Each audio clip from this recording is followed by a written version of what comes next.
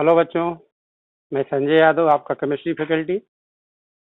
आज हम नया चैप्टर लेकर के आए जिसका नाम है रासायनिक बलगतिकी, केमिकल काइनेटिक्स। प्रश्न उठता है कि इस चैप्टर के अंदर रासायनिक बलगतिकी के अंदर क्या हम अध्ययन करते हैं। तो देखो, नाम से पता चल जाए कि रासायनिक बलगतिकी, कोई भी रासायनिक जब अभिक्रिया होती है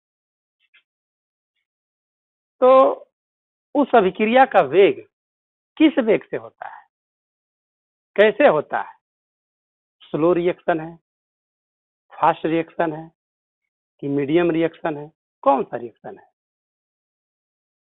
तो देखो, स्लो रिएक्शन भी हम कैलकुलेट नहीं कर सकते हैं और ज्यादा फास्ट रिएक्शन भी है तो उसको कैलकुलेट नहीं कर सकते, बड़ा कठिनाई होती है। तो हम जानते हैं कि एक्चुअल अगर रासायनिक अभिक्रिया के रिएक्शन वेग दर के बारे में जाने तो तीन तरह की हो सकती है। एक होता है आयनिक अभिक्रिया। आयनिक अभिक्रिया का मतलब कि फास्ट रिएक्शन, दो या दो से अधिक अभिकारक तुरंत मिलाओगे और उसका रिजल्ट एट वंस मिल जाता है, इंतजार नहीं करना पड़ता है। जैसे उदाहरण के रूप में हम सिल्वर नाइट्रेट ले रहे हैं, ठीक है, और इसमें NaCl मिला दे रहे हैं। तो यहाँ पर ये क्या बन जाएगा भाई, AgCl का सफेद अवक्षेप, और यहाँ पर बन जाएगा सोडियम नाइट्रेट। ये आयनिक अभिक्रिया है और माना गया कि आयनिक अभिक्रिया 10⁻⁻⁶ से 10⁻⁻14 सेकेंड के अंतर्गत ये संपन्न हो जाती है। इतना कम समय लगता है। ऐसी स्थिति में अगर हम कैलकुलेट करना चाहे, इसका वेग निकालना चाहे, बहुत कठिनाई हो जाती है। बहुत फास्ट रिएक्शन है। लेकिन कुछ ऐसी भी अभिक्रियाएं होती हैं जो स्लो होती है। तो जो स्लो होती है उसको स्लो रिएक्शन कहेंगे, या उसको हम कहते हैं आणविक अभिक्रिया भी कहते हैं। क्या कहते हैं भाई? स्लो रिएक्शन को हम कहते हैं आणविक अभिक्रिया। देखो, आयनिक अभिक्रिया यहाँ हम बता रहे थे, ये प्लस और ये माइनस, ये प्लस और माइनस के रूप में अगर अलग अलग करेंगे तो ये अभिक्रिया अगर यहाँ पर इस तरह इसको हम दिखा सकते हैं कि इस तरह हो जाती है। ठीक है, इसमें डाउट करने की जरूरत नहीं, किताब में इसी तरह दिया हुआ है। स्लो रिएक्शन या मॉलिक्यूलर रिएक्शन, इसको आणविक अभिक्रिया भी कहते हैं। आणविक अभिक्रिया का मतलब कि कुछ ऐसी अभिक्रियाओं का वेग होता है कि एक दिन में, एक महीने में, एक साल में, कई दिनों में अभिक्रिया को पूर्ण होने में समय लग जाता है।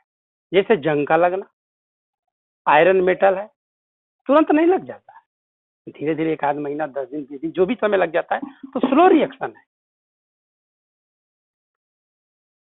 तो इतना स्लो है कि बैठ करके देखें कि अभिक्रिया का वेग कैसे, कितने वेग से जा रही है, तो इसको भी कैलकुलेट करना बड़ा कठिन है।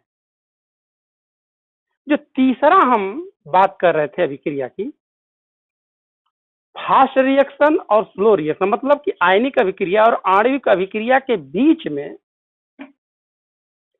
कुछ ऐसी अभिक्रियाएं होती हैं, दोनों के मध्य में, उनका हम आसानी से कैलकुलेट कर लेते हैं। तो आसानी से कैलकुलेट करने का मतलब, जैसे उदाहरण के रूप में ये दूसरे ही तक हम लेकर चल रहे हैं। तीसरा हम कहने का मतलब, आयनिक अभिक्रिया और आणविक अभिक्रिया के मध्य में जो अभिक्रिया होती है, जैसे मान लेते हैं कि हाइड्रोजन पर ऑक्साइड, ठीक है, इसका डिकम्पोज करेंगे तो इस तरह ये अपघटित हो जाता है। इसको बैलेंस करना चाहें तो बैलेंस इस तरह कर सकते हैं। ये हाइड्रोजन पर ऑक्साइड है, ना ही यह फास्ट रिएक्शन है, ना ही ये स्लो रिएक्शन है, ये मीडियम में। इसी तरह अगर अमोनिया का निर्माण भी करना है तो अमोनिया का निर्माण N2 plus 3H2 equal to 2NH3 calculate किया जा सकता है।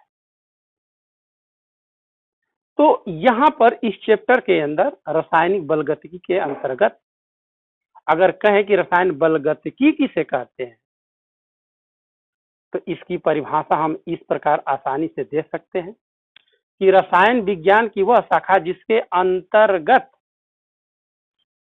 अभिक्रियाओं के वेग तथा क्रिया विधि या अभिक्रियाओं के दर तथा उनके क्रिया विधि के बारे में अध्ययन किया जाता है, उसी को कहा जाता है रासायनिक बलगतिकी। तो इसकी यदि हम परिभाषा यहाँ पर हम दें, इसका स्क्रीनशॉट ले लीजिए अभी, और ले लिए, ठीक है, इसको मिटा दे रहे हैं। इसकी अब परिभाषा हम लिख रहे हैं, कह रहा है कि रसायन विज्ञान की वह शाखा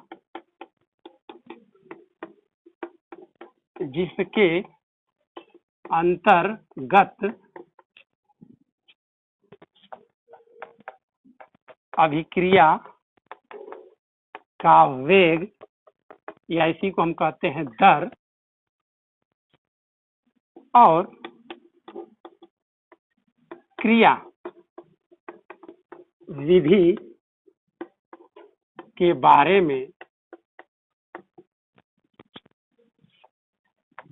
अध्ययन किया जाता है,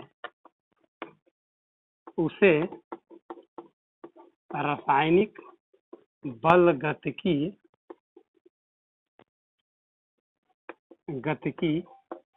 कहा जाता है।